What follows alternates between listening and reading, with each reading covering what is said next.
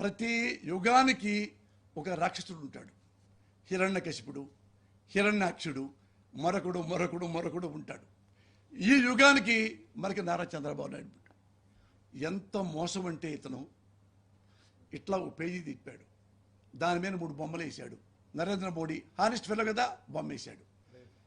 ఇప్పుడు కాదు, అప్పుడు నాకు తెలుసు అప్పుడు వేశాడు. పాపం మోడీ గారు హానెస్ట్ కాబట్టి జనం నమ్ముతారు. ఆ తర్వాత పవన్ కళ్యాణ్ కొత్తగా రాజకీయాల్లోకి వచ్చాడు కాబట్టి 2014లో ఫ్రెష్ అయ్యి కాబట్టి ఇంకా అతనికి కాపులు ఓట్లేస్తారని, సినిమా క్రేజ్ ఉందని అతన్ని పెట్టుకున్నాడు. లేకపోతే ఎందుకు పెట్టడం. తర్వాత ఈ ముగ్గురు వేసుకొని 600 పైచిలకు హామీలు మీకు ఇచ్చాడు. ఈ 600 హామీలు మీకు నెరవేరుస్తానమ్మా, రుణమాఫీ చేస్తానమ్మా, నిరుద్యోగ డబ్బులు ఇస్తానమ్మా, ఇంకోటి ఇస్తానమ్మా, మీరు మొత్తం చదవండి అమ్మా, ఇంకా టైం ఉంది, ఎలక్షన్ టైం ఉంది, ఇంకా ఓటింగ్ టైం ఉంది. ఈ పేదల్లో చదువుకున్న పిల్లలుగా ఉన్నారు కదా, ఇప్పుడు నాడు నేడుకి వెళ్తున్నారు కదా, ఆ పిల్లల్ని ఇంట్లో కూర్చోబెట్టుకోండి. నారా చంద్రబాబు నాయుడు 2014 ఉంది కదా మేనిఫెస్టో, ఆ హామీల పత్రం, దాన్ని చదివించుకోండి. 1, 2, 3 చదివించుకోండి పిల్లలతో, ఒక్కొక్క లెక్కేసుకుంటే వెళ్ళండి. ఆ 600లో ఒక్క హామీ అయినా మీకు ఇస్తే నేను మిమ్మల్ని అడగను, ఇక పలానాడికి ఓటేయమని అడగను. ఒక్కటి కూడా వేయలా. దానికి ఎగ్జాంపుల్ చెప్పమంటారా? సాక్ష్యం నిజం చెప్పమంటారా? ఇప్పుడు అన్యాయంగా అడ్డదారుల్లో జగన్ని చంపలేకపోయాడు, ఎందుకైనా బెటర్ అని చెప్పి మళ్ళీ కొత్త హామీలతో వచ్చాడు. బస్సులో ఫ్రీ అంట. అమ్మా, మీరు ఇంట్లో పనులు గిల్లు మానేసేసి బస్సు ఫ్రీకి ఇచ్చాడని బస్సులో తిరుగుతుంటారా? బస్సులోకి తిరుగుతుంటారమ్మా మీరు? స్నానం చేసి మంచి బట్టలు కట్టుకొని ఏ తమ్ముళ్ళు అమ్మాలను పంపిస్తారా? బస్సుకి తిరిగిరా? దేనికి బస్సుకి తిరగాలి? ఎప్పుడో దేవుడి దగ్గరికి వెళ్తావు. ఒక్కసారి జగన్మోహన్ ఎత్తున్నాడుగా మీకు 15,000 అమ్మఒడి, నాడు నేడు చేస్తున్నాడుగా, మీ ఇంటి పెన్షన్ వస్తుందిగా. 100 రూపాయలు పెడితే బస్సు ఎక్కుతావు, 10 రూపాయలు పెడితే బస్సు ఎక్కుతావు. దానికి పెద్ద హామీ అంట. దాని హామీ అమ్మా, బస్సు ఎక్కి 10 ఏళ్ళు ఆయుష్ పెరుగుద్దా మీకు? మీ జీవన ప్రమాణాలు పెరుగుతాయా?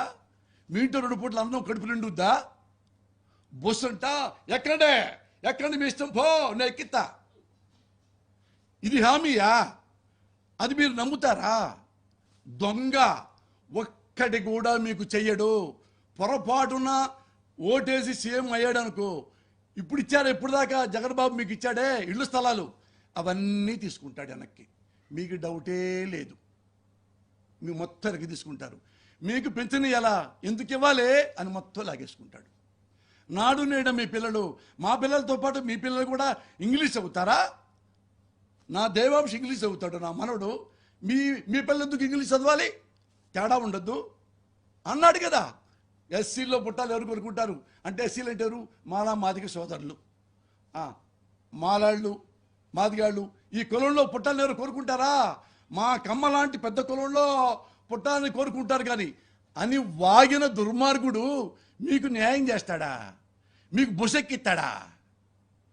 ఇంకా విమానం ఎక్కి వారం అమెరికా చూపిస్తారు. అలా ఏదైనా చేస్తాడు, హైదరాబాద్ సముద్రంలాగా. దుర్మార్గుడు, అస్సలు నమ్మొద్దు. ఎందుకు చెప్పంటారా?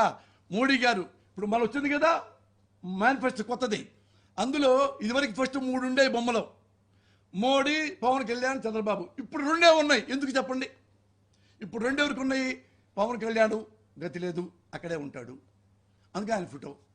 చంద్రబాబు నాయుడు అతనిదే, వాళ్ళు ఇద్దరే పెట్టుకున్నారు ఇప్పుడు అన్నదమ్ముల్లాగా పక్క. మరి మూడోది మోడీ ఏమైంది చెప్పండి? మోడీ ఏముందో చెప్తే మీకు ఒక్కోళ్ళకి 100 రూపాయలు ఇస్తా గిఫ్ట్. నేనే చెప్తాను మీకు.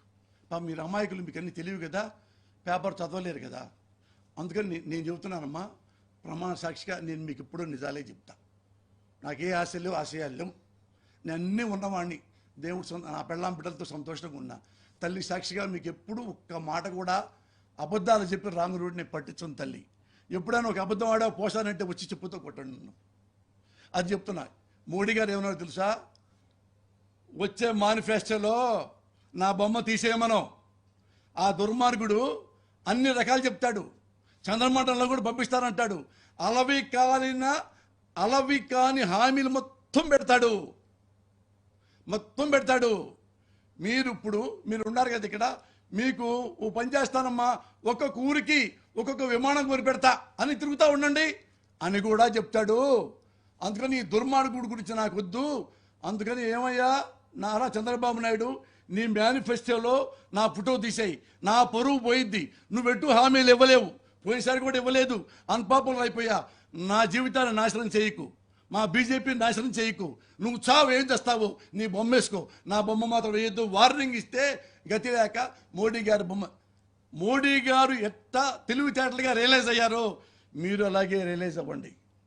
మోడీ గారు ఎంత తొందరగా బుద్ధి తెచ్చుకున్నాడో మీరు కూడా అంత జ్ఞానం కలిగి ఉండండి. చాలా జాగ్రత్తగా ఉండండి. ఇది ఎబో వాడు వచ్చాడు ఒకడు, వాడెవడో కోమటి జయరామ్ అంట, ఎన్ఆర్ఐ అంట, కమ్మ నాయకుడు అంట.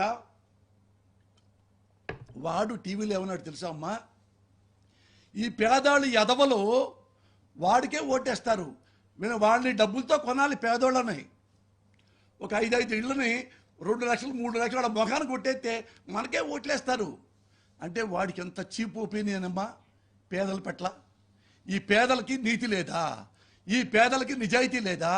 నాడు నేడు ఇన్ని పథకాలు పొంది జగన్ గారు ఇస్తుంటే ఇన్ని పథకాలు పొందిన తర్వాత కూడా చంద్రబాబుకు ఓటేయాలా? లంచం ఇస్తాడా? అమ్మా వాడు ఎప్పుడన్నా మీరు కనపడితే వాడిని చెప్పుతో కొట్టండి అమ్మా. మా పేదలను కొంటావరా రాస్కెల్ అనండి అమ్మా. గుర్తుపెట్టుకోండి, ఈ 20 రోజుల పాటు మీ ఇళ్ళ చుట్టూతా మన నాడు వెళ్ళి పిల్లలతో సహా మొత్తం కర్రలు పట్టుకొని రాత్రి మగళ్ళు ఈ 20 రోజులు కాపలా కాయండి. ఎవడకుండా వచ్చి డబ్బుల మూట తీసుకొస్తే కర్రలతో ఉతికి పారేసి చొక్కాలు పట్టుకొని పోలీస్ స్టేషన్లకు అప్పు చెప్పండి. ఏ ఒక్కరిని కూడా రానివ్వకండి. ఎన్ఆర్ఐ అనేవాడిని రానివ్వకండి. వాళ్ళందరూ మా గ్రూప్ అనమాట, కమ్మ గ్రూపు.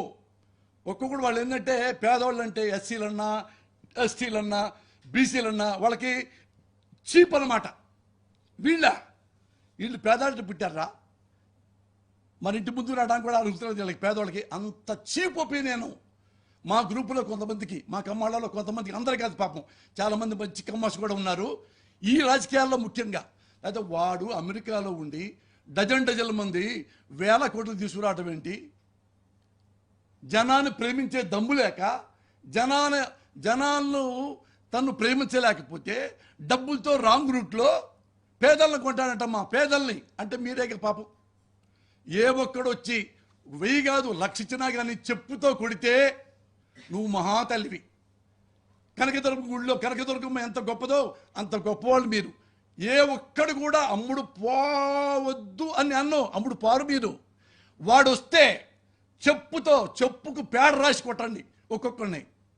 అదొక్కటే 20 రోజులు కనుక మిమ్మల్ని మీరు కాపాడుకుంటే, వాడిని ఇళ్ల మధ్య రాకుండా ఉంటే మళ్ళీ జగన్మోహన్ రెడ్డి గారు ముఖ్యమంత్రి అవుతాడు. ఇంతకంటే గొప్పగా మీకు సేవ చేస్తాడు. Thank you.